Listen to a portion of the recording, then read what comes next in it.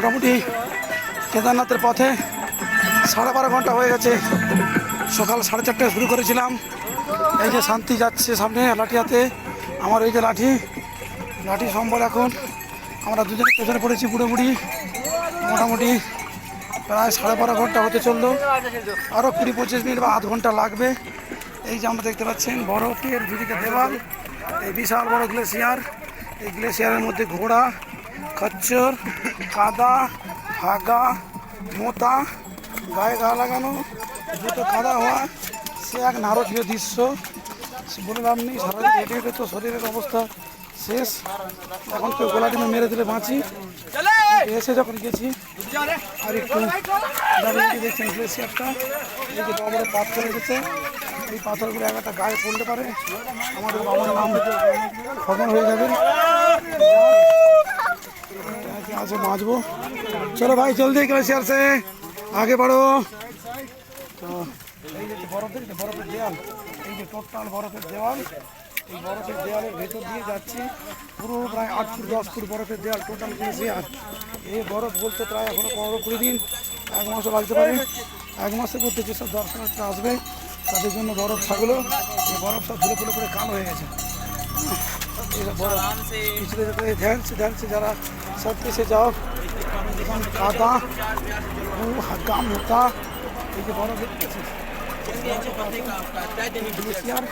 প্রত্যেকটা যারা YouTube blogger যারা দেখায় তাদেরটা আমরা দেখি, তারা বারবার বলে এখানটা দিয়ে তাড়াতাড়ি যাবেন, খুব বাজে রাস্তা। তো আমরা চেষ্টা করছি পাস হয়ে যাওয়ার। আরও একটা উতরাই আছে, উতরাই নিয়ে চড়াই।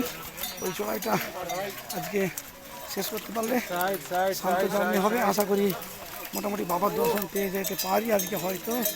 তো দেখা যাক কত দূর কী হয়। টেন্ট বুকিং হয়ে গেছে 6,500 টাকা দিয়ে।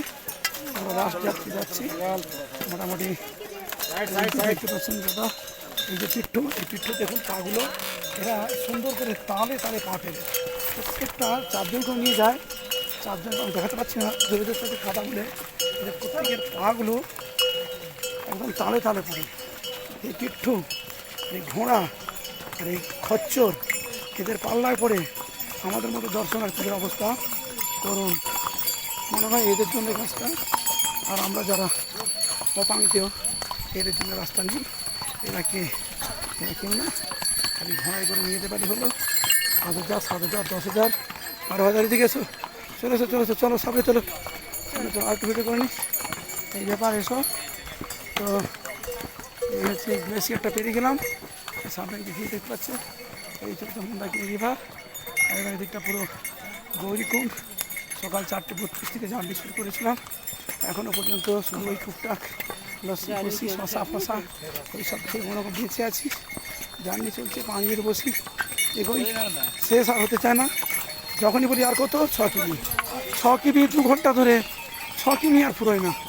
যখনই বলো বাবা দাদা আর ক কিমি 6 কিমি মারাত্মক একটা গোপন রহস্য। সরকারিভাবে কেদারনাথের দূরত্ব 16 কিমি, কিন্তু 22 থেকে 24 কিমি নিচে নয়। আর চোরাই এতটুকু সমতল না, একবার কি আসবে বাবার দর্শন করি। বাবু বাপ মাথা খারাপ। এখনও আর একটা চড়াই করতে পারলে তারপরে পঞ্চম আমাদের ওই যে এয়ারপোর্ট সেখানটা থেকে হেলিকপ্টারগুলো ছাড়ে, তারপরে বাবার মন্দির। দেখা যাক কত দূর হয়। ও এবার দিনের শেষে আমার অবস্থাটা একবার দেখে নিন, এই অবস্থাটি হয়েছে আমার। এই হাতে লাঠি আর একদিকে হ্যারিকেন। বাবার দর্শন হয়তো না হয়, কিন্তু দর্শন হতে পারি। এই যে দেখতে পাচ্ছেন এরোপ্লেনটা যাচ্ছে, এই যে এরোপ্লেন যাচ্ছে, এরোপ্লেন যেতে 15 মিনিট। আর আমরা যারা প্যাডেলার 15 ঘন্টা, কারো 12 ঘন্টা। খুব যারা ইয়াং ছেলে তুখোর তারা 8-9 ঘন্টায় চলে আসে। বাকিদের জন্যে 12 ঘন্টা, 9 ঘন্টা, 10 ঘন্টা, 13, 14, কারো 16 লাগে। ভাগ্য ভালো শুধু আজকে আমাদের বাবা মনে খুব আমাদের প্রতি প্রীত হয়েছেন মনে হচ্ছে। বর্ষা হয়েছে মানে বৃষ্টি হয়েছে, সেটা খুব কম। একদিন এমন বৃষ্টি হয় জুতো কাদা, প্যান্ট জামা রেনকোট নিয়ে একবারে একাকার অবস্থা। যাই হোক, এখানে নিয়ম আছে প্রতিদিন 2টোর সময় বৃষ্টি হয়। তো আজকে আপাতত বৃষ্টি এখনো পর্যন্ত হয় না। যেটা হয়েছে ও রাস্তায় একটু আধটু মানে ভিজেছে, আর কিছু হয় না। তো যাক, কেদার সম্বন্ধে একটা ভিডিও শুধু ছবিটাকে না দিয়ে ভালো করে বলার চেষ্টা করব যে কেদার এলে কি কি প্রবলেম হতে পারে। ব্লগাররা ঠিকঠাক বলতে চায় না, আমরা যারা ভুক্তভোগী একদম সুন্দর করে একটা ভিডিও বানিয়ে আমার ইউটিউবে ছাড়বো, দেখে নেবেন। হ্যাঁ, তখন পর্যন্ত হর হর মহাদেব, সাথে থাকুন। ঠিক আছে, আচ্ছা, ওকে।